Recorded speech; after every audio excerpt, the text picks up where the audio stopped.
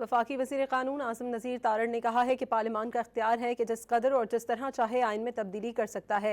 आइनी अदालत का क़याम कोई नई चीज़ नहीं है। मिसाक जमहूरियत में वफाकी आइनी अदालत का फैसला किया गया।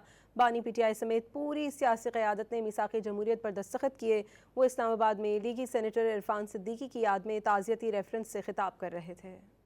आइन में तरमीम का इख्तियार पार्लिमान का इख्तियार है, रहा है और इंशाअल्लाह उल अज़ीज़ रहेगा। जब तक आइनी अदालत का क़याम कोई नई चीज़ नहीं।